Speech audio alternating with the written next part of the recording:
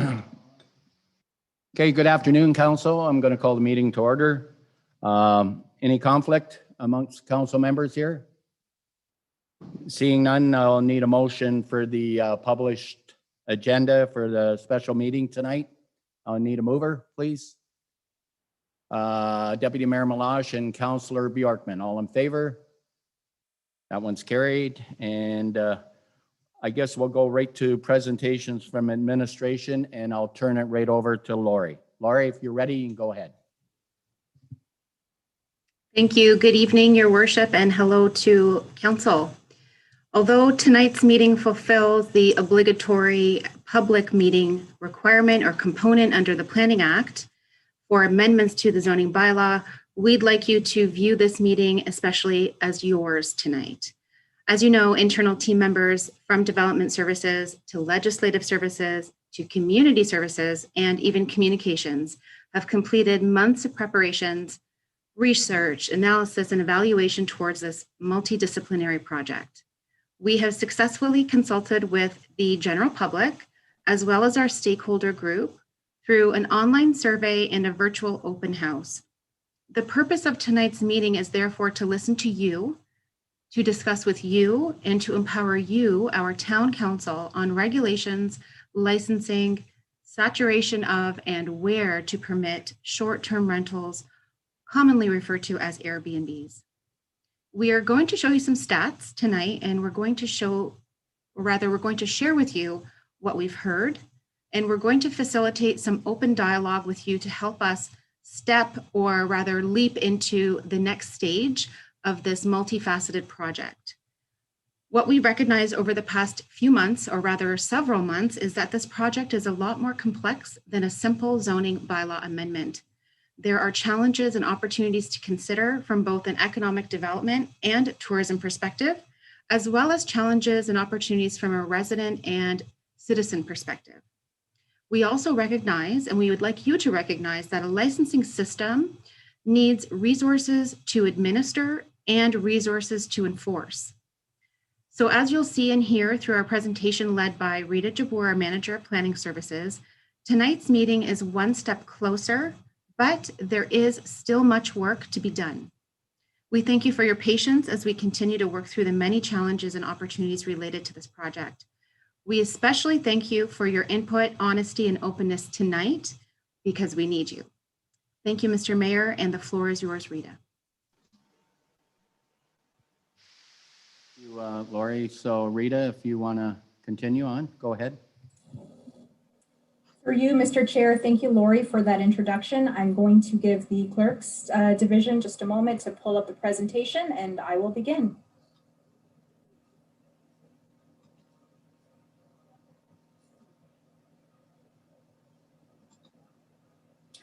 So as Lori noted, tonight's public meeting is concerning short-term rental regulations for the town of Essex. Of course, it is going to be up to council after consulting with the public and hearing the statistics that we have tonight to choose to regulate or not, and how to regulate short-term rentals within the town. Next slide, please.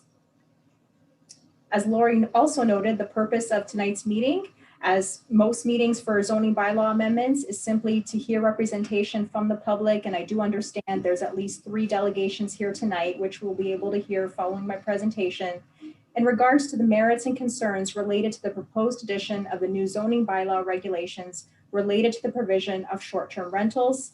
It's very important to keep emphasizing, though, that council does not make a decision at this time. At the end of the presentation, we will allow for discussion and a bit more direction on when we can see some draft regulations from planning services. Next slide, please. So in order to understand the concept of short-term rentals, we need to first discuss the emergence of the sharing economy. Sharing in itself is not a new concept. Children and adults understand it to mean giving a portion of something you have to another person or group of persons. That something can be a resource or a space. Sharing can also mean using, occupying, or enjoying that resource or space jointly with those you are sharing it with. The sharing economy is an economic model in which underutilized goods and resources, such as a home, are shared between individuals for profit or gain. The business transaction itself is most commonly done through the internet on various platforms, depending on the resource you are sharing. The resource most commonly associated with short-term rental accommodations is one's home, which we in the planning world refer to as a dwelling. In these instances, the entire home may be shared or just a portion of the home, such as in cases of basement apartments or upper floor levels that are rented to a person other than the property owner, while the rest of the home is occupied by the property owner. Next slide, please. With a short-term rental, the expectation is that the resource, being the dwelling, will be used in full or in part as a short-term accommodation. The person with the dwelling does not intend to live in the dwelling for a long time, so that being the person who's renting the dwelling. They may be visiting the area for recreational or business purposes and are looking for accommodations for a specific period of time. The owner of the dwelling may or may not be living on site, and depending on the platform the dwelling is shared on, there might be specific performance standards for the host, who is the owner of the dwelling, and the guest, who is the person renting the dwelling. Airbnb is the most common and well-known platform for home sharing, but there also are a variety of others, including Vrbo and Booking.com. People also choose to advertise their homes on platforms such as Kijiji. Next slide, please.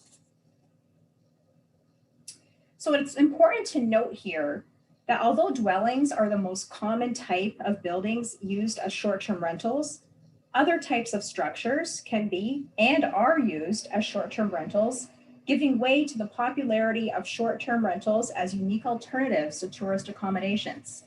On this slide, you'll see two examples, one being a houseboat. Actually, this particular picture is of a structure on a dock, but houseboats are one type of short-term rental that is not a dwelling. And the other picture is actually a treehouse. Next slide, please.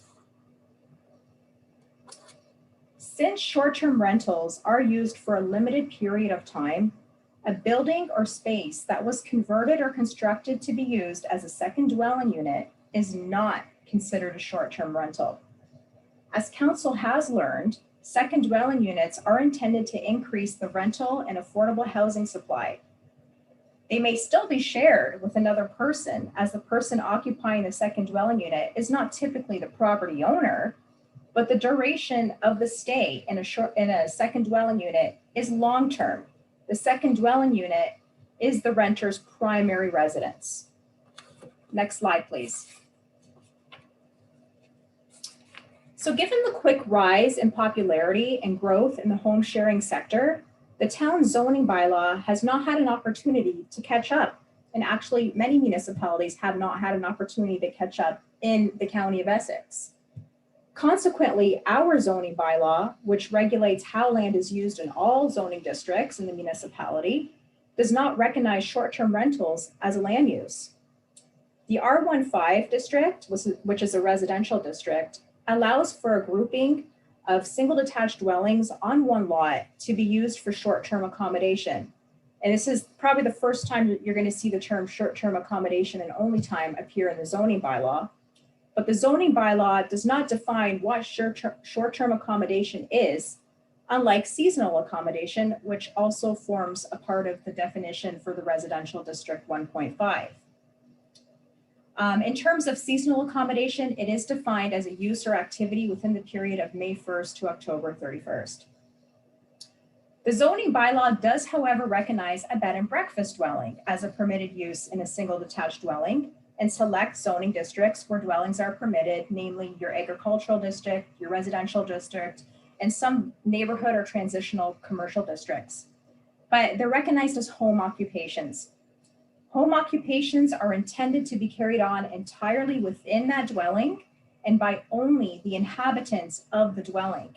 It cannot be carried on in a structure accessory to the main dwelling or by someone other than who is living in that dwelling. A bed and breakfast is then distinctly different than a short-term rental because the person operating the short-term rental may not be living in the dwelling. Although they may be the property owner, their primary residence is somewhere else. A bed and breakfast also includes provisions for breakfast. That's in the definition of a bed and breakfast, which the short-term rental may or may not provide. It is important to note that some short-term rental operators do reside in the short-term rental dwelling or on the same lot, but if they are not providing a breakfast, or if they're operating the main dwelling as the short-term rental, or if they're not operating the main dwelling as a short-term rental, then they cannot be considered a bed and breakfast. Next slide, please. So the zoning bylaw, although it doesn't recognize short-term rentals, it does permit a number of accommodations for the traveling public. It allows for hotels, for motels, for campgrounds and lodging houses in primarily commercial and green districts. Lodging houses are only permitted in select residential districts, but they are offered as lodging for hired workers. So an example would be the bridge project. Skilled workers are needed, maybe more so from outside of this area, and lodging houses are provided to those who come here to do work. So this chart provides you an overview of where these types of accommodations are permitted and their particular characteristics. Next slide, please. So as with any land use, there are benefits and disadvantages to short-term rentals. The benefits of short-term rentals include the potential to increase the number of visitors to an area and bolster the business activity of local commercial operators. Short-term rentals may provide a wider and more unique type of accommodation. Again, thinking about those tree houses and those houseboats as short-term rentals. Short-term rentals also increase the number of available vacation accommodations in smaller communities that lack sufficient tourist lodging. And short-term rentals may generate additional income for their operators, making it more affordable to live in their own residence or offset the cost of their vacation property. There are some disadvantages, and those may be that they may allow individuals to make more money renting short-term rather than long-term, which can deplete available stock of long-term rentals and raise market rents, impacting the affordable housing crisis. As well as residents may raise concerns, especially those residents who live next to short-term rentals. They may raise concerns about an influx of short-term renters who bring a party atmosphere to the neighborhood or do not respect private property. Any regulation that council chooses to impose for short-term rentals must balance economic development. As you can see, the benefits are primarily economic development based with affordable housing and community preservation initiatives. These are 3 goals of the official plan and the strategic plan. Next slide, please. So to assist with establishing the regulations, we pulled some data from 2 home sharing platforms, Airbnb and Vrbo, to provide a snapshot of short-term rentals in the town of Essex.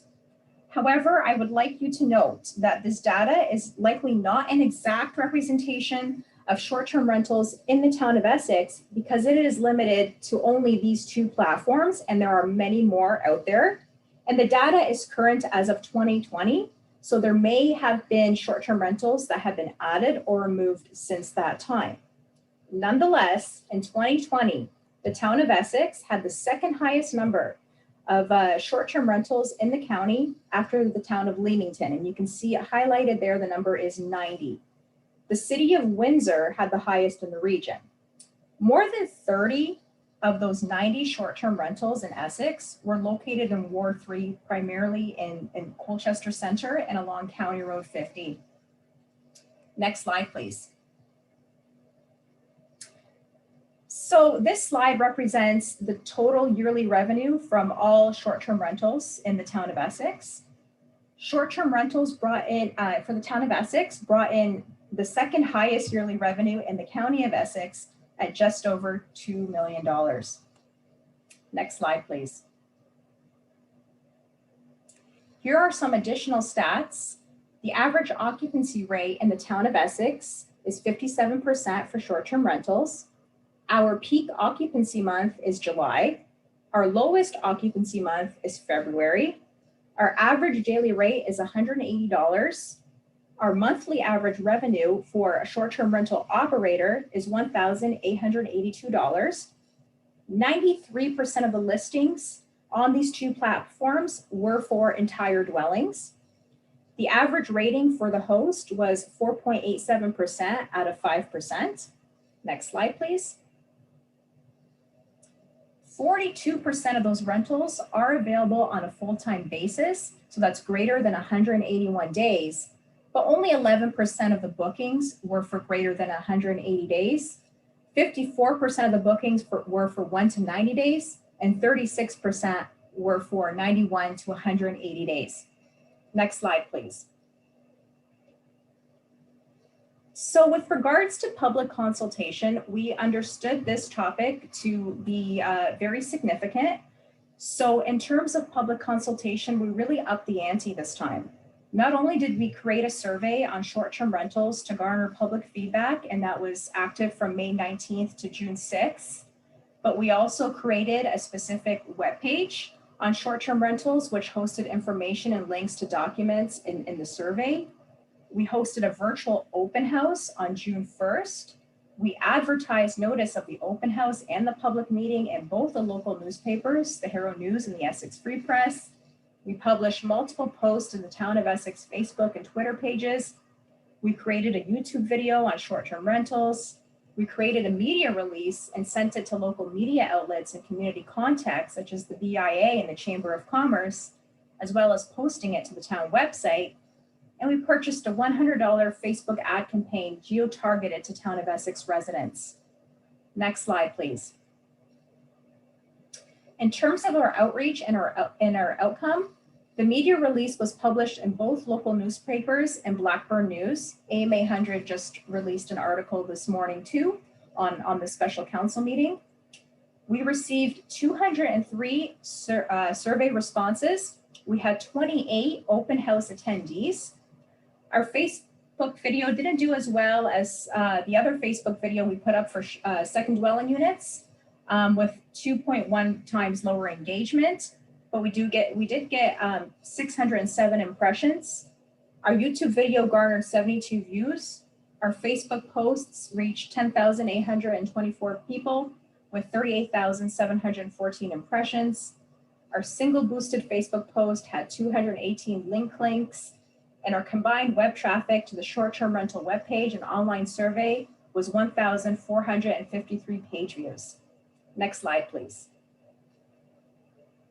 So in terms of the community survey, it was very well taken up, and we got a lot of good responses and good comments. But in terms of what we asked, these were the top 10 questions. So we wanted to know if the respondent currently operated or planned to operate a short-term rental, how many short-term rentals they currently operated, some of the benefits and challenges of operating a short-term rental in the town of Essex, if the respondent was aware of a short-term rental operating in their neighborhood, and for those people, what issues or concerns they had with the town of Essex that the town of Essex should consider when addressing short-term rentals, if the town of Essex should regulate short-term rentals and their owners and operators, agree or disagree. And this was really a question that was targeted to both those who are operating and those who may have been impacted, and even business owners. If the town of Essex should create a system to license short-term rentals and their owners and operators, if short-term rentals should only be permitted in certain types of dwellings, if short-term rentals should only be permitted in certain areas. And finally, if so, which areas short-term rentals should be permitted. And you can see there we had options being agricultural, residential, the main streets of Essex, Harrow, Colchester, McGregor, which tend to be commercial, RV parks and campgrounds, or waterfront areas. Next slide, please. Here are our survey results. Most respondents were from Ward 3 and considered themselves rural. Next slide, please. Most respondents have resided in the town of Essex for more than 20 years. Next slide, please. Most respondents do not currently operate or plan to operate a short-term rental. Next slide, please. For those that do operate a short-term rental, they are only operating one in most cases. Next slide, please. Most respondents were aware of a short-term rental operating in their neighborhood. Next slide, please. Most respondents support regulating short-term rentals and their owners and their operators. Next slide, please. Most respondents support the creation of a licensing system to regulate short-term rentals. Most respondents did not support permitting short-term rentals in certain types of dwellings only. Most respondents who currently operate or plan to operate a short-term rental do/would rent out another location or a dwelling. And finally, this is our only majority slide, being more than 50%. Majority of respondents do not support permitting SDRs in certain areas only. Next slide, please. When asked about the benefits and challenges of operating a short-term rental in the town of Essex, the common themes were that they provide necessary accommodation for area visitors, that there's lots of tourism opportunities in the town of Essex with our wine region, our waterfront, and our cycling infrastructure. It's definitely a benefit. SDRs allow owners and operators to recoup some expenses of ownership. Short-term rentals allow for greater space for larger groups and families. I found this especially interesting because one thing I didn't think about was that sometimes hotel accommodations can be limited in the number of people you can have in one space. Short-term rentals further promote this region. There's more benefits for property owners when renting short-term rather than long-term. However, there are limited opportunities to eat or take out within a 10-minute drive Monday to Wednesday. There's a lack of or limited regulation was seen as both a benefit and a challenge. Someone did noted that regulations were actually needed for operators to make a sound business decision as to whether they should open up an SDR in the town of Essex or not. There was a community perception and pushback was seen also as a detriment to short-term rental operators. And finally, operators and residents facing challenges from unruly guests. Next slide, please. When asked about the issues and concerns the town of Essex should consider when addressing short-term rentals, the survey said we should consider negative impact on the availability of affordable housing. We should consider the positive impact on tourism. We should consider the oversaturation in some neighborhoods, and this became evidently clear in the open house. We should consider short-term rental dwelling compliance with building and fire codes. I'm sorry, my light automatically comes off when I don't move. We should consider limits on occupancy to avoid overcrowding and ensure safety. We should consider the need for on-site supervision when owners and operators are absent. We should consider the inability to reach operators when situations with unruly guests arise. We should consider the negative impact on the enjoyment of the harbor by residents and boaters, because there currently are houseboats at the harbor that are being utilized as short-term rentals. We should consider the availability of on-site parking, and we should consider the negative impact to neighboring residents from noise, trespassing, littering, and property damage. Next slide, please. So some general comments from the survey. Again, short-term rentals are necessary for the local economy because there is a large lack of hotel accommodations in the area. Short-term rentals are a benefit to the tourism industry. Regulating short-term rentals to certain areas diminishes the ability to establish unique opportunities.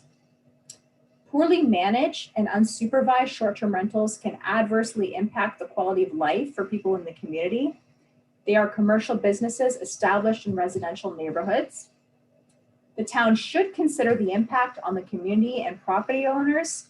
There should be a limit on how many short-term rentals are licensed if council decides to impose a business licensing system.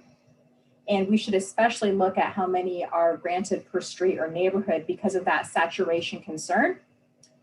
Bylaw enforcement and a licensing system are necessary to ensure operators of short-term rentals are held accountable, and all types of short-term rentals should be regulated. Next slide, please. In terms of our public open house conducted on June 1st, we had 4 breakout rooms organized to hear and discuss comments from the following stakeholders. We had a group just focused on local business owners. So again, those businesses that short-term rentals might bolster, like our local wineries and our local retail stores. We had another group on residents who live next to short-term rentals and who may be impacted by short-term rentals.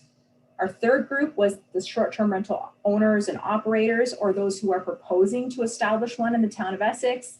And finally, our last group was just a general interest group, people who generally wanted to learn more about short-term rentals or who just didn't fit in the 3 above classes.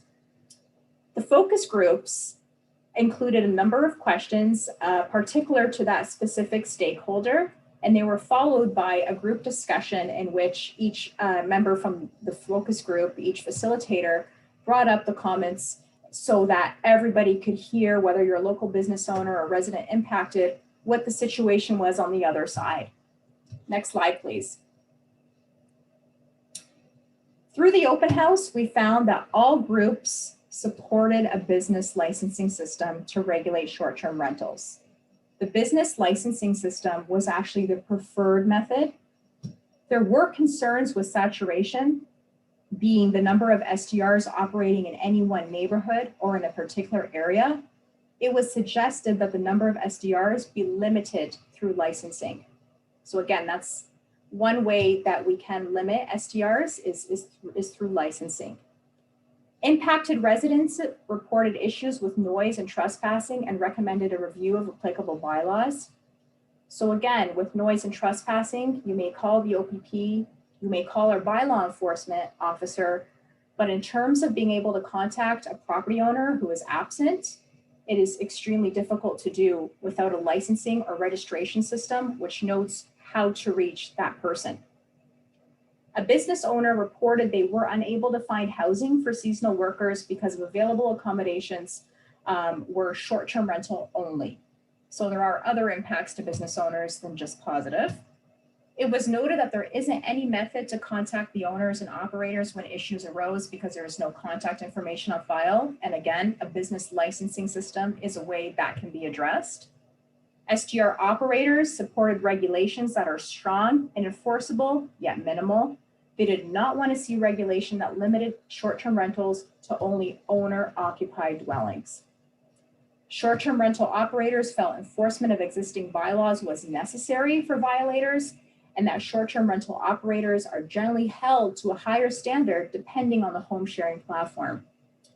There were concerns with short-term rentals at the harbor and suggested review of current contract language. Next slide, please. So in terms of what we're seeking tonight, we would like a very healthy discussion on how council would like to regulate short-term rentals. So the first question is really what will constitute a short-term rental? As I noted earlier, they're not specifically just dwellings. They can be watercrafts, they can be cabins and campgrounds, or they can be other structures such as tree houses. Next slide, please. We're also seeking direction on where to permit short-term rentals if council seeks to regulate them. Should they be confined to residential districts, or should we allow them in commercial, agricultural, green districts, or the harbor? Next slide, please. We are also seeking direction from council after consulting with the public if a numerical limit on short-term rentals should be established and if a short-term rental should be owner occupied. Next slide, please. So we can go back to those last 3 slides when we open up the room for discussion. But in terms of next steps, and this is going to finalize my presentation, we do hope to have draft zoning recommendations for council's consideration in the summer. In the fall, we hope to begin work on a draft licensing bylaw framework if council chooses to impose a business licensing system. We're hoping to present that by the end of fall 2021. Early next year, it would come into enforcement. So just want to emphasize here that just because zoning recommendations and regulations might be adopted in the summer, a draft licensing bylaw is completely separate to zoning and would require some more time because it's a lot greater than just planning services. It involves the work of our clerk, it involves the work of our building and bylaw enforcement division. So in terms of enforcement, it'll likely really take effect with the passing of a draft licensing bylaw. And then finally, again, licensing bylaw, hopefully to take effect January 1st, 2022. Next slide, please. So that's all from me. The floor is now open for discussion. Thank you, Rita. Before I open it up to council, I would just like to express my opinion. Rita, you know how I feel about short-term rentals. We've had different discussions on them. We do have a big problem with them. I mean, it's not fair. We're talking about enforcement. That's pretty hard. And I'll be blunt about it. It's very hard to enforce short-term rentals. What's happening is, and people will be people, young people will be people. I'll take, for example, out of Colchester, you know, where these people are renting for a couple days and they party for a couple days. It's even got to the point where they jumped the fence, took firewood from the neighbor. They're abusive. Some of these people, I'm not saying them all, okay? There is some good people that do rent the short-term rentals for a purpose. But I mean, there's a lot of partying going on, and I've had many complaints. I can see we have to put some regulations in place, and this is only my opinion and my view. I will not support any short-term rentals unless the owners are living on site, so they can regulate their own property and what goes on there. It's not fair to the neighbors. B&Bs are a little different. Okay, B&Bs, you know, the owners are on site. A motel is different. A motel has staff, usually 24/7. Okay, so that's a different rental itself. But getting back to short-term rentals, we have to be fair with the residents, we have to put some kind of regulations in place. I do believe that every one of them should be licensed. And I believe that the owner of the property should live on site. That is the way I look at it. I don't know if I'll get support from council, but it's not fair to the people living on both sides. So I'll leave it at that, and I'll open up to council. Go ahead, Councillor Verbeek. Okay, thank you. Through you, Mr. Mayor. This is just one question to start the ball rolling, but I imagine I'm going to have some more once the conversation gets rolling. To you, Rita, through the chair, when you're looking at putting this, clearly you're looking at the licensing and you're looking at the communities that are already using different various licensing you know, types of licensing. So I think I know that I had presented to council when I heard from the CAO of Blue Mountain that their licensing program had made a big difference in their community with their rentals, right? And their ability to, well, police them and make sure that the operators were operating within the guidelines that the licensing had laid out. Are you looking at this bylaw that you're drawing up for our municipality for us to have the ability to revoke these licenses if these operators are not going to, you know, be respectful of the neighborhoods where they're at? Like our mayor said, there are short-term rentals right now where there's just a bunch of young people renting them the party. They're jumping the fence. They're stealing wood from their neighbors. They're driving over their grasses. They're leaving stuff on the docks that block our guardian people to get to their vehicle. So if we have the ability, once this licensing is in place, to call up these operators or to reach out to these operators, and we've reached out to them and we've said, you're going to have to screen your customers, or you're going to have to decline rental to certain crowds, or whatever we're going to need to do to ensure the comfort of the residents that neighbor these. Are we going to make sure that we have in place that, like, these operators aren't going to get 3, 4, 5 chances? If you're not going to make sure that the people you rent to are abiding by these guidelines, then your license is revoked or something like that. Are we going to have that kind of control over this licensing? So, Thank you. Chair, and answering Councillor Verbeek's question, there are a lot of really good examples of business licensing systems. One in particular is the Township of Georgina, which actually has a demerit system. So definitely we want to establish a system in which they're penalized for any unruly behavior, but also understanding that it has to be fair, because sometimes the short-term rental operator is operating their short-term rental all in accordance with the home sharing platform and the township's regulations, but it is that unruly guest who causes the stir. So again, we do want a penalty system, but again, one that is fair to the operator. Just to add to that, Mr. Mayor, if I could, through you to Councillor Verbeek, we have actually looked at numerous examples of licensing bylaws and licensing systems, as led through our manager of legislative services / clerk, Mr. Rob Auger. Rob has actually drafted a licensing bylaw already. We have a lot of space, however, for flexibility and for dialogue and discussion to help us direct where that bylaw is going to go. For example, as I indicated earlier in my opening remarks, there are going to be impacts to our resources, financially and human resources as well. For example, the demerit system needs to be tracked. The licensing system, in order to obtain, for example, a license, also needs to be administered. And then, of course, the enforcement of it all as well. So all of that needs to be worked out. We have drafted a bylaw that actually did take shape similar to the town of the Blue Mountains, or Village of the Blue Mountains, as you indicated, Councillor Verbeek. We also use the town of Georgina, as well as even some examples of kind of hotspot tourist spots. One of our residents gave us kind of a heads up on one in Florida that we even looked at. So we've been looking everywhere, and we've been taking pieces here and there. What we wanted to do tonight was to actually ask you as a council, do you want to see, and I know Rita was going to bring it up, so we can do that, for council to direct us on the regulations in the zoning bylaw.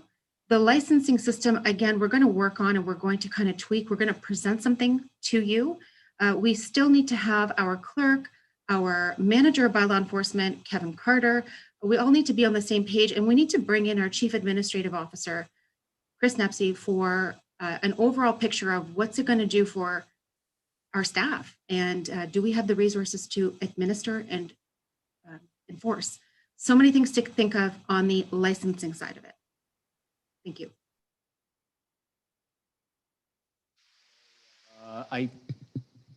You have something else, Councillor Verbeek? Thank you, Mr. Mayor, through you. Just to follow up to that little licensing question. Are you looking at clearly the licensing would come with a fee attached. Are you looking at using that fee to, bring on the support that would be required to administer the licensing and all of the things you just listed? Is that how some of these scenarios play out that you've looked at in other municipalities? The fee would cover the costs of operating it? So I think for a nominal fee, really, as a service, as a community service, we are not in it to make money. That's certainly something that, as a municipality, we don't want to be a for-profit in that regard, but certainly to offset some of those costs. Our finance team to this point, however, has not been involved in many of these discussions until we really kind of get a grasp of the regulations, the licensing, and then we'd like to pull in our CAO, who likely will end up bringing the finance team into the picture to be able to say, all right, in a given year, if we were to forecast certain number of licenses existing and new, and then the number of hours it would take. But certainly, I think the goal is to try to be as cost effective as possible. I don't know if it's going to be a cost neutral. In some of our community services, it may not be cost neutral, but we'll do our best to be able to offset as much as possible. I think Councillor Bjorkman, you are next. Go ahead. Thank you, Mr. Mayor, through you. Thank you, Rita and Lori and your whole team for a great report. But I think if council concurs, we go on with this for quite a while. So I think we should listen to the other people that have joined us, to our residents, and hear from them. And once we have all of that, if we get going, we might not be able to finish in just this meeting before our council meeting. So I'd like to hear from them because they're here, and then give us a chance to talk after that if everyone's in agreement. That's great, Councillor. Everybody agree with that? And we'll let the residents speak first. Okay, thank you. So through you, Mr. Mayor, we do have some public presentations or residents who have requested to be heard this evening. I believe the first one, the first one is listed on the agenda. We don't believe is present just yet. So we'd be looking to move to 5.2, Sue Laporte, a resident looking to speak on this issue. Go ahead, Sue, if you're there. Go ahead. I'm here too, Larry. Okay, Larry, can you hear me? We can hear you clear. Go ahead, Sue. Good. I was quite pleased with some of the points that were already covered, especially by you, Larry.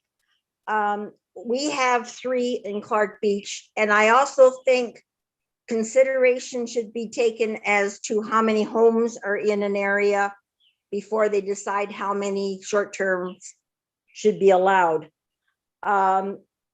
If they're licensed, this is what I don't understand. Is this a business license and therefore considered a business? And will this have any impact on our zoning as residential? Because if we have businesses going on in the area, doesn't that open it up to anybody that wants to host a business? The renters here, I find, don't offer anything to tourism. Like you say, it's usually kids, and even the adults, they don't go anywhere. They bring coolers of food with them, and they just stay in the place that they've rented. They don't go out anywhere. And I can assure you of that because I live across the street and I'm very nosy. Also, these places that have to be inspected up to code. We have one on the beach here that doesn't have a septic system at all, yet is renting. All during the COVID shutdown, they rented. If they're not going to abide by the rules and regulations set out by the Premier, how do we expect them to abide by the rules and regulations that you set out?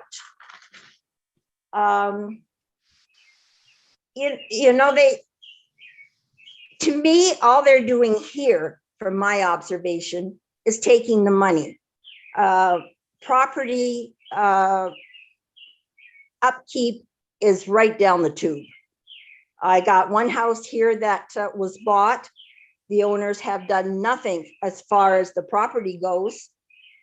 There's weeds everywhere. I would think this would be a priority to renting. You'd want a nice yard, but no, this is not the fact here. And I know for a fact that the original owners spent a lot of money doing up their yard so that it was a lovely place. And now it's just gone to pot. Overall, I'm against them altogether. I just think they're a pain in the neck. I am a widow. I am 75 years old. I have these people coming into a neighborhood that has been established well over 20 years. We all know our neighbors. We respect one another, but who are these people that are coming in? The owners don't even have the common courtesy to periodically come and see who is renting their place, how many people are renting their place, because I'm sure there's more than signed up. And also perhaps even go to a few of the neighbors and say, hey, I own such and such a place. Any concerns, anything I can do to make it better?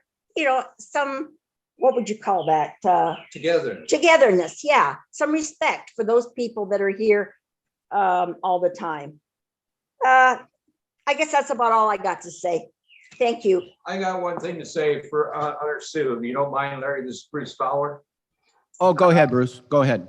I have a problem. I'm not knocking Essex down here.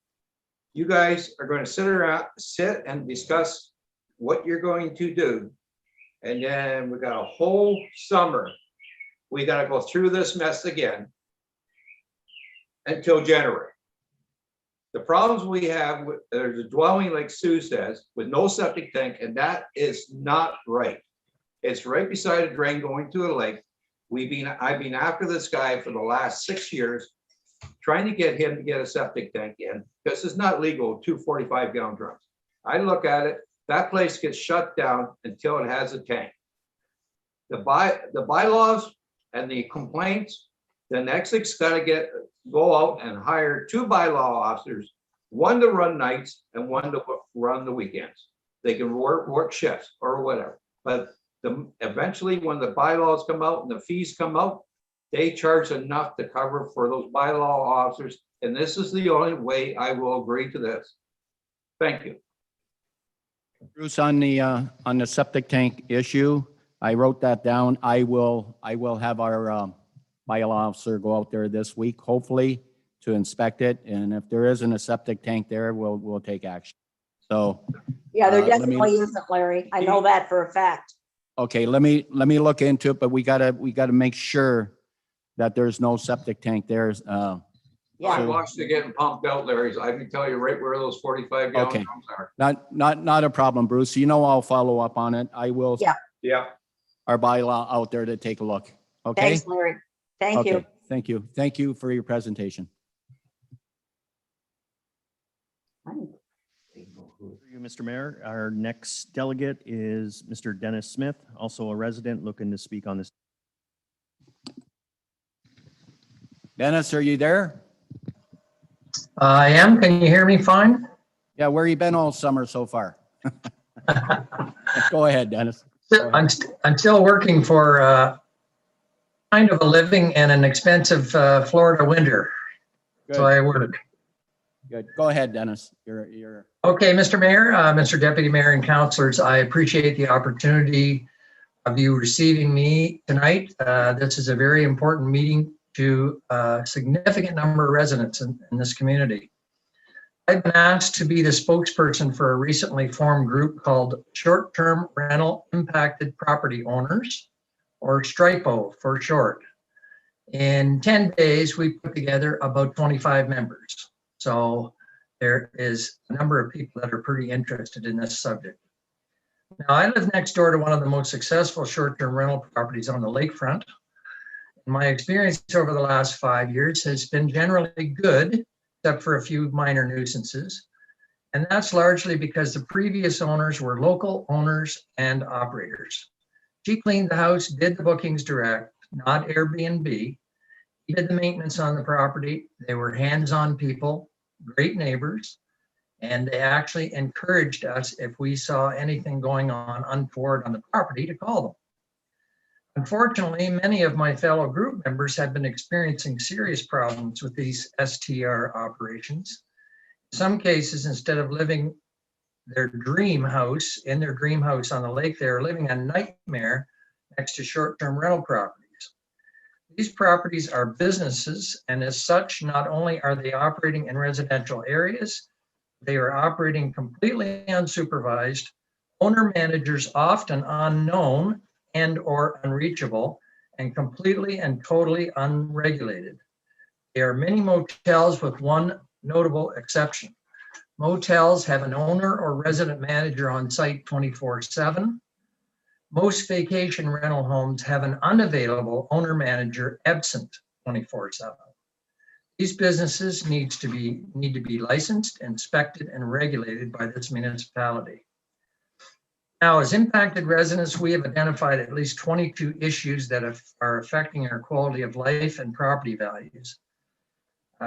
More or less in the order of importance, and some of these have been covered already, but maybe we'll get one that we haven't touched on. Registration and licensing is number one. The owner's real name, not a company name, home address, phone number, email. Number two, neighborhood saturation rate.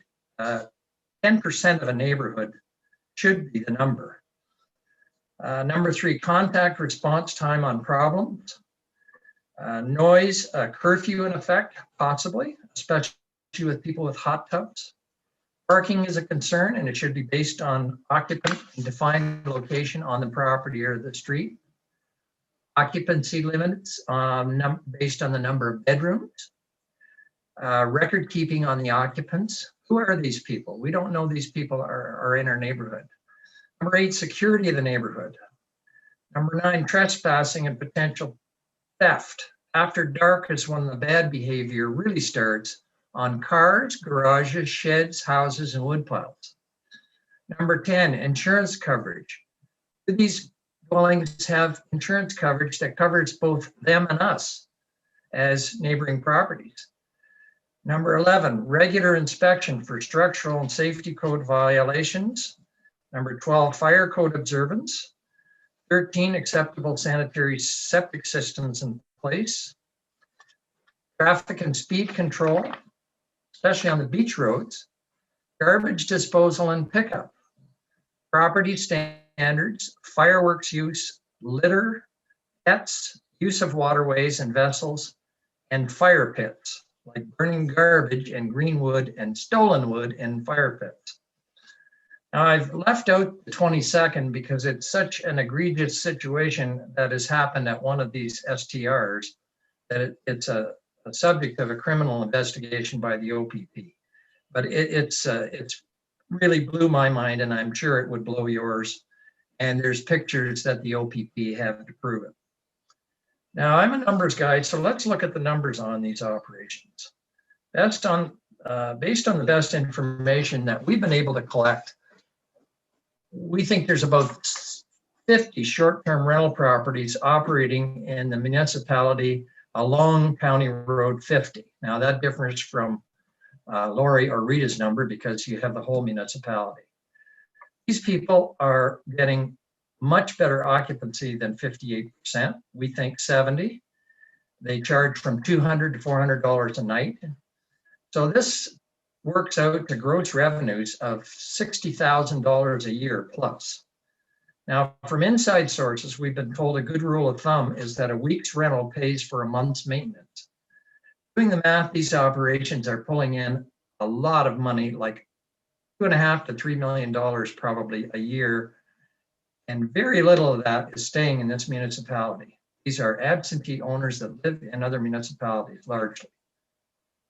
This is big business, and I can tell you a good example is one of these properties that's 1,100 square feet with no business access, or I'm sorry, no beach access, just sold for $850,000.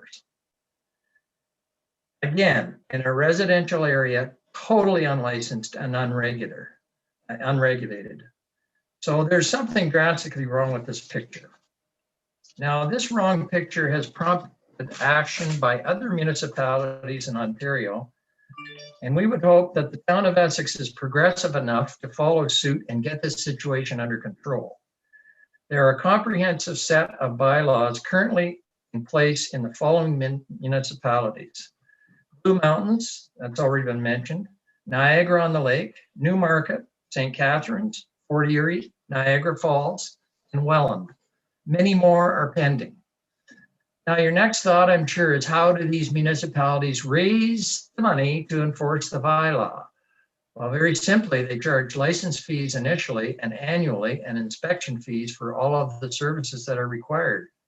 The STR funds the bylaws, and they can well afford to do this. Now, I believe it's Niagara on the Lake that charges $2,000 for an initial license request. So even along the lake, times 50, there's $100K for the town of Essex to start with. The other thing they do, and it has been mentioned by Rita, I think, is they use a demerit point system to enforce the bylaws. A simple noise infraction might be losing 3 points, whereas a fire code infraction would be 10 points. You don't get these points back for 2 years. And once you get to a certain level, you have your license suspended, and you get to another level, you lose your license. Interestingly enough, talking about response time, in one of the above municipalities, the owner or manager of an STR has 45 minutes to respond to a complaint from a neighboring property. In summary, our group would like to submit 3 requests, demands, whatever you'd like to call them. Number 1, that a comprehensive set of bylaws based on our concerns and bylaws currently in use in other Ontario municipalities be adopted as soon as possible. This needs to be a priority. Number 2, that a standing committee similar in principle to the Committee of Adjustments, which is a volunteer organization, be established. Let's call it the STR Bylaw Compliance Committee. This committee would work with the bylaw enforcement officer to enforce the STR bylaws under the above demerit point system. And number 3, I know you're not wanting to commit to anything tonight, but we think you should. And we think you should pass a motion with suggested wording as follows. Effective immediately, all short-term rental properties must be licensed, with those currently in operation granted temporary licenses, and a moratorium on future license until a comprehensive set of bylaws is in place. That's 33 words. All it does is commit you to licensing. As full-time resident property owners and taxpayers in this municipality, we really expect this council to uphold permanent ratepayer interests. We expect you to protect our quality of life and quiet enjoyment of our properties over and above the financial interests of largely outside profiteers operating unregulated businesses in our neighborhoods. Please don't let us down. Take action now. And on behalf of the members of STRIPO, we thank you for your kind attention and consideration, and you will be hearing from us again. We're not going anywhere. Thank you very much. Thank you, Dennis, for your input. Very much appreciated. The next person we're going to listen to is Amy Stadden and Colleen McWilliams, please.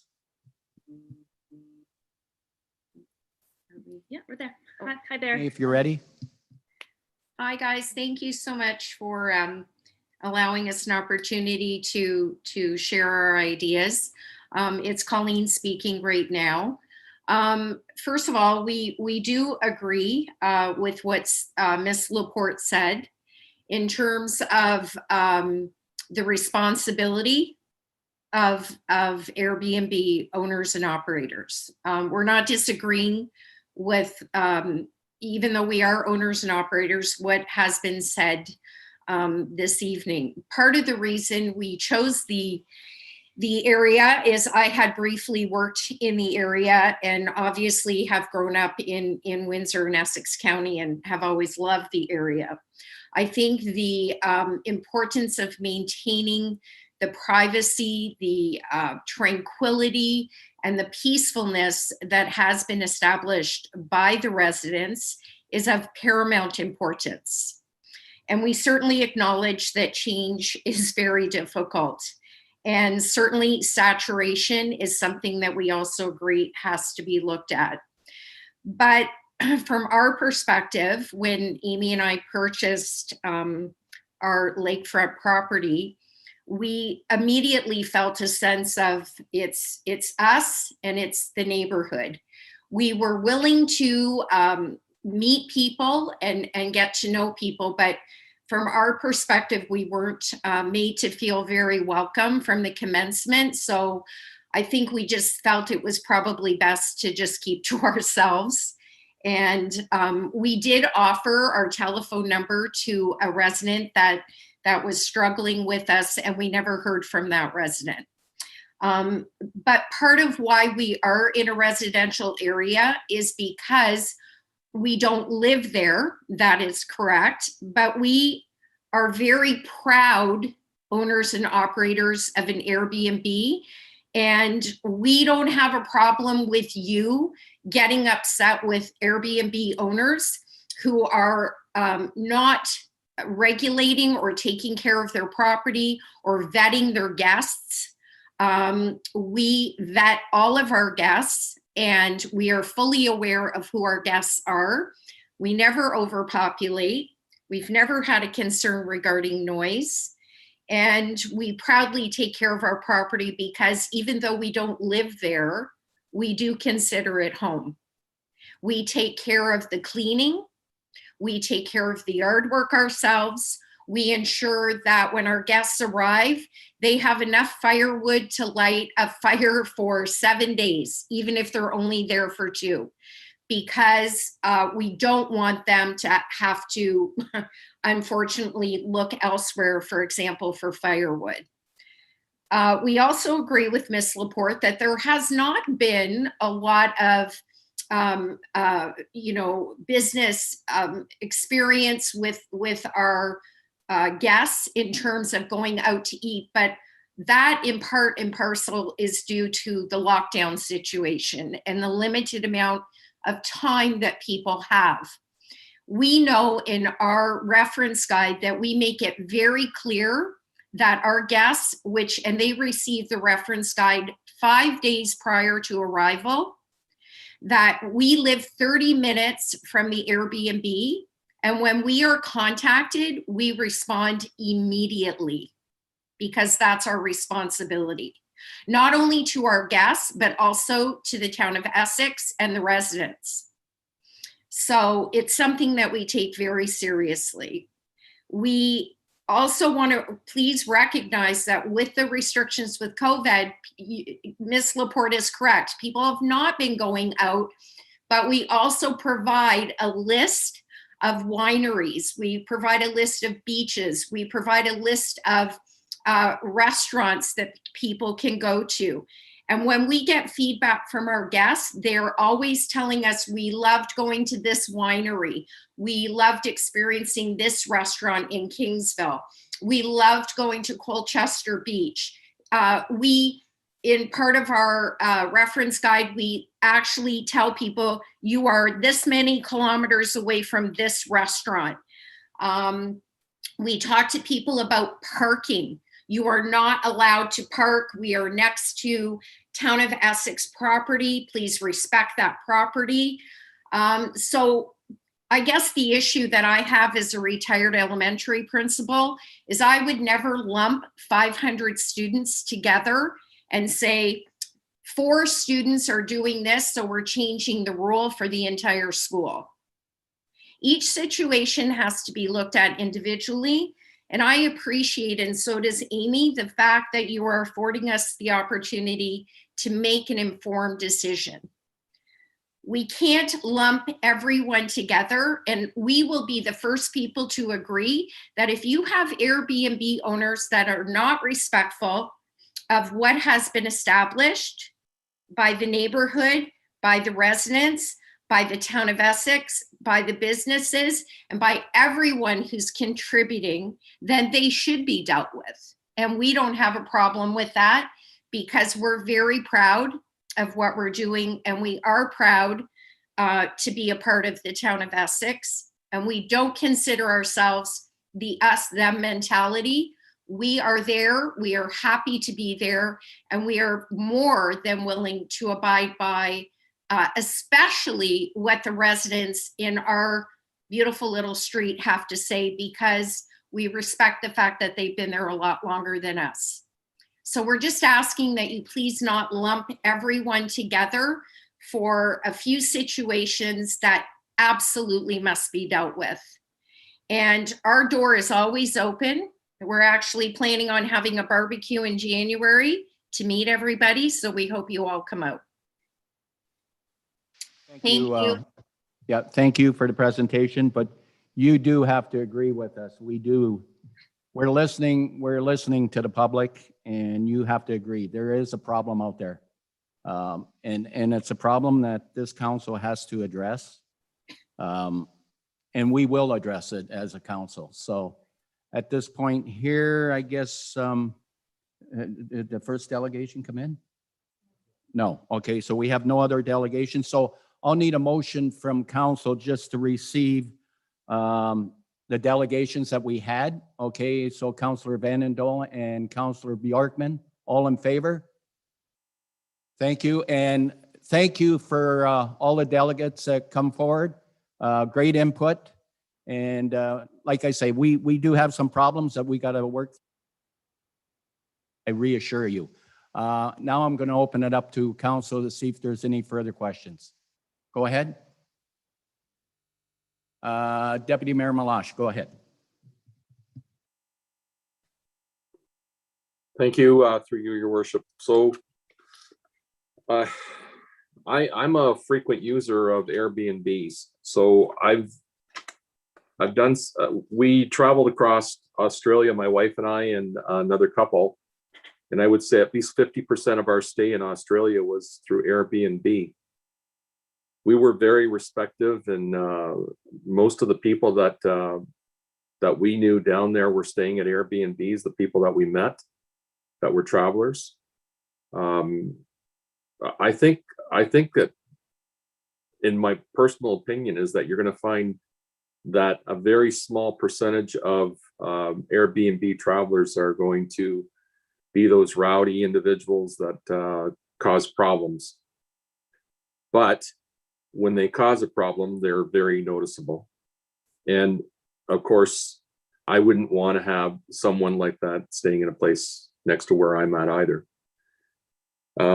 So I do think that I love the idea of a licensing. I'm not opposed to having Airbnb in our community, but I think it needs to be controlled. And I think that's the big issue. So we do have $2 million worth of revenue that's brought into the community to these individuals. I'm not sure if those individuals are, or whether they're persons in the community or if they're not persons within the community. But there's $2 million worth of revenue that occurs in our community, and that's the numbers that Rita's brought forward. And that's across 90 short-term rentals, not necessarily Airbnb, but short-term rentals.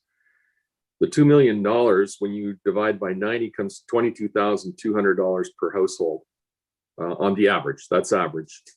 So that's a lot of money coming into the community, or for those persons that have those homes. And I can understand that, you know, and I don't think that's something that we want to see go away entirely. I like the idea.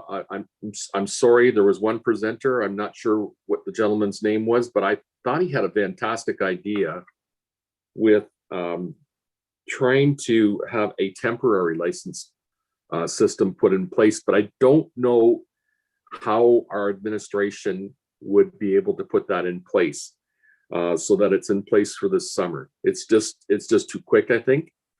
But I'm going to ask Lori to comment on that, our director of planning, Lori Chadwick.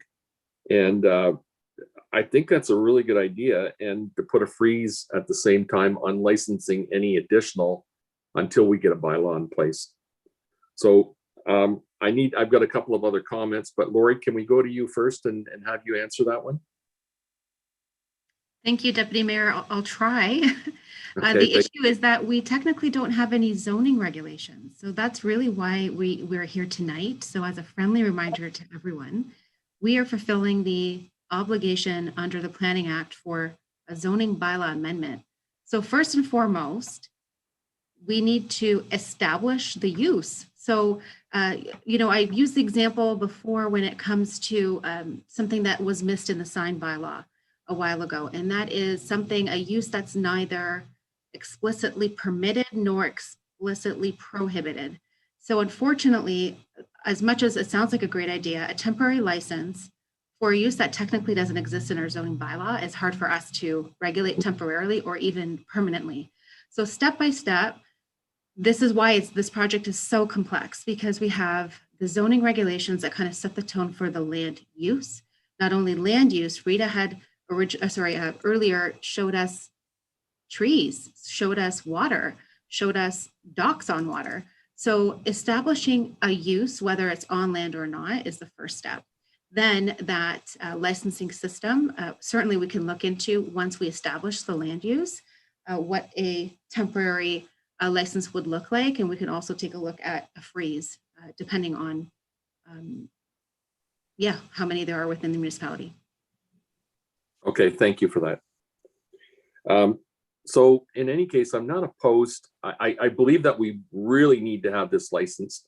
I'm hoping that we can charge like a 10% of whatever they're renting the room, like a tax of 10% to cover costs, so that if we have additional bylaw enforcement officers, you figure if there's $2 million worth of revenue, 10% would be 200 grand that would come in to help us monitor and put bylaw enforcement in place, cover the cost, hopefully, of administration that has to do the licensing and so on, and monitor it.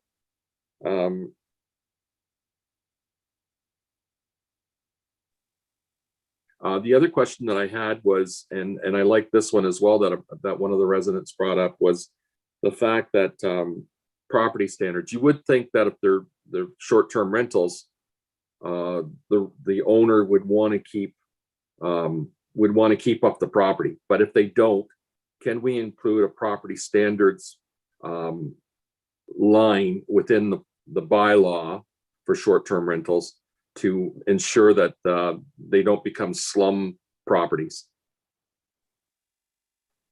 Thank you, Deputy Mayor. Yeah, absolutely. Certainly, even to this day, or rather currently, if there's any issues out there to any folks that are watching or listening in, if there's any issues related to a property and it's something that can be enforced under the property standards bylaw, we certainly can investigate, and of course, as always, submit information through to our bylaw enforcement division through report a problem. Certainly that's something that we can look into. Just to back up quickly, if I could, Deputy Mayor, that was a great point that you made on something called the Municipal Accommodation Tax. In fact, Councillor Guerin had forwarded something to us not too long ago. Nelson and I, as well as Rita, we took a look at that, and it's certainly something that we could look into. Again, needs to involve some consultation internally with our finance department as well as our CAO. Okay, great. Thank you. That's all that I have for now. I'll give other councilors an opportunity to speak. Thank you, Mr. Mayor. Yep. And Lori. Thank you, Deputy Mayor. Councillor Guerin, you're next, then Councillor Vandendal. Thank you, through you, Mr. Mayor. To Rita, I've got a couple questions. First question is, when we're talking about setting out a new bylaw, putting in regulations on STRs, et cetera, we are talking about not just Colchester specific, we're talking about our entire town, correct? That's correct. Okay. Because there will be STRs and there are STRs outside of the Colchester area that we need to also consider as well. Two, I noticed in the slides that there was no indication as to the number of STRs that are in Kingsville. Kingsville is limited. Was there a particular reason why? Because I know there are quite a few in Kingsville. So through the chair, the data only used the platforms Airbnb and Verbo. So there might be more in Kingsville, but that's just the data from those two platforms. Okay. Third question, a cottage would be considered a short-term rental, correct? a traditional cottage that you would rent, say if you were going up north, northern Michigan, northern Ontario. Sometimes these cottages are many on a resort, and they do have a check-in, and others you just meet someone there and they give you the key and you've got it for the week or two. Is a cottage a short-term rental as well? So if the cottage is being used for that purpose, where it's not owner occupied, it's able to be rented for a short-term period on a platform like Airbnb, then it would be considered a short-term rental. Okay, so I guess I've been actually using short-term rentals pretty much all my life then, whether it be cottages, Airbnbs, hotels, motels, all those kind of fall in there, resorts. So I think one, the bylaw is very important. Two, the licensing is very important. Right now we have nothing. We have to get some type of licensing and bylaw regulation out there. I noticed one of the delegates spoke to inspections of STRs. I'm not sure if that's something legally we can or can't do once we have something in place, but be nice to have either annual or semi-annual inspection of these STRs, make sure that they are to code, etc. I mean, some of these places may only be able to occupy 4 to 6 people, and they might have 10 to 12 in there. That all falls in with the parking as well. And then the other thing was we touched on is the accommodation tax or a municipal ride. I really think that would really help as well. Some of the concerns that we get with the STRs, a lot of them are property standard related that our bylaw enforcement, if they are working during the day, can solve, that our police can solve on weekends or on weeknights. It's the same type of property standards that we as residents have to abide by. So if somebody is, property has overgrown weeds, overgrown grass, they're letting off fireworks, and so be it. They're all under the same standards as these renters of STRs will be. So I think if you're breaking the law, the police should be able to enforce that as it is right now without these special bylaws. What we're looking at is bylaws specific to the operation of STRs. So interesting discussion, lots to consider. I do have a friend whose son has been working at the resort up in Collingwood at the Blue Mountain. They do have the regulations in place. They do have a lot of problems still regulating them and enforcing them. So they do have them in place. That's great, but they are still difficult to enforce at times as well. You're always going to have, seems like the one or two that always wreck it for everybody else. And that's the unfortunate part about the whole thing, because the STRs, I think they do solve an issue. If you look around our municipality, we don't, not only do we lack hotels, we don't have any. The Grove will be one, that would be great. So yeah, it's a problem. I think that we're putting our heads together, and with the residents' input and council's input and working with administration, I think we're going to get a resolve, and hopefully we can enforce this type of stuff. So great talking. Thanks. Now we'll go to Councillor Vanden Noen was next, then Councillor Bondi, then. Thank you, Mr. Mayor. Through you, thanks for a great staff report. That was very thorough. And before I go any further, the reason I was late joining the meeting was that I had a 15 or 20-minute internet outage, so I was unable to join until you saw me. Normally I'm opposed to extra regulations or bylaws or rules or taxes. It's just my nature. I think the less government, the better. But, it's an old saying that people get the government they deserve. And I think in this case, these STR operators are going to get the regulations they deserve, because they've just been such an enormous pain in the butt to so many people. They reduce our housing stock. They cut the size of our population by hundreds because all those houses are taken out of operation. They don't pay any more taxes than the rest of us, but cause untold grief. But worst of all, they affect the quality of life of all the people around them, and they seem to be untouchable. So we've got to create some means that we can get at them to protect our own people from this. But a lot of the reasons that people raise, we can't use. Like, you can't discriminate against people because they're younger, or because they're making a profit, or they're a business, or they're from Montreal, which apparently is a big red flag. All that would be knocked down by the courts. And somebody said, well, you can't lump them all together. Well, I'm sorry, we have to. The law says we do have to lump these together. We're going to have one set of regulations that covers everybody. But I do support some kind of regulation because we have to have them.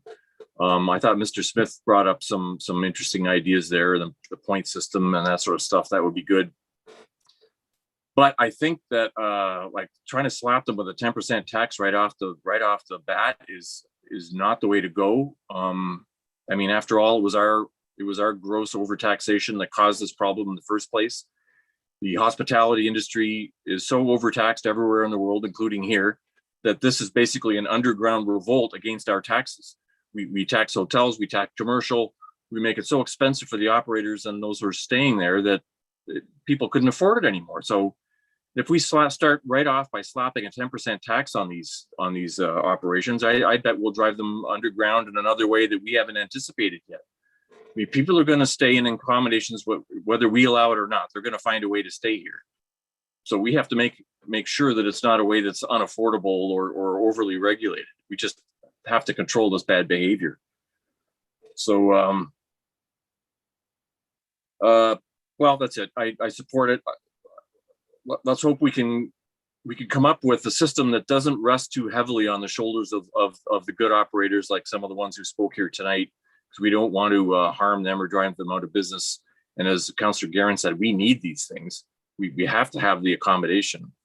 Let's just try and be sensible and not too heavy-handed about it. Thank you. Thank you, Councillor. We have about 10 minutes left, so I'm going, Councillor Bondi, you were next, and then Councillor Bowman. Thank you, Mr. Mayor. It's through you and to some of the comments that our delegations have brought forward, in particular, Mr. Smith. I'm wondering if there's a way we could just do a form on our website because we still have 6 months or more working on this. I wonder if there's a way to do a form on our website where it's a voluntary registration of short-term rental operators in our town, just to start collecting information. So if we have 90, if we just put a form on our website, are you a short-term rental operator? And then they can put in their information, and we could just start with the best practices on there. Like, you know, and it could go through, you know, have you done this? Have you done that? Like, are you aware that the town of Essex is looking at regulating? We need to collect information, and I would like to use the carrot and the stick model. So the carrot is, let's get all their information. Let's get everybody that's operating this and say, hey, you know, this is what we're hearing. We'd like to work with you. For example, I know friends that have stayed in a short-term rental and they walked in and they were going to rent it, and the smoke alarms not only didn't have batteries, I mean, they didn't have expired batteries. They didn't even have batteries. So this short-term rental operator didn't even she, they didn't even check, or I mean, they checked, but they didn't even, it's not like the batteries were expired. There wasn't even any battery. So how is that excusable? Like, that is not excusable. And so it's come to the point where in the last year and a half, kind of 2 years, this has become an issue that council has to deal with. Like in particular in the harbor area, when I'm getting emails at 10 o'clock at night, there's a problem, right? We need to fix this because I don't need to get, and I want the residents to email us and let us know about the problems, but I don't want to get those emails. We need to fix it. A lot of concerns with the OPP calls, you know, these calls, these costs of service that are going up, and our residents are paying for this business or businesses that have these issues. So I'm all for the licensing as well. I do have a really good email from a resident that I will forward because there's not enough time to read it. But I would like the licenses to be cost recovery because I don't want my taxes to pay for a business license. And I also want to talk about or learn more about how do we even limit licensing. That's something that I'm going to want to hear more about. I actually think we need to book another meeting and talk about this further because it is such a big issue in our municipality. And it feels too rushed right now, and our residents want us to talk about it. So this issue can't go away for 6 months. We have to talk about it now. It's only June. We're not even in July and August. So for the sake of time, I'm done for now, but I'm not done forever. We're going to go to Councillor Bowman, and then Laura, you have some closing remarks, eh? Okay, go ahead, Councillor Bowman.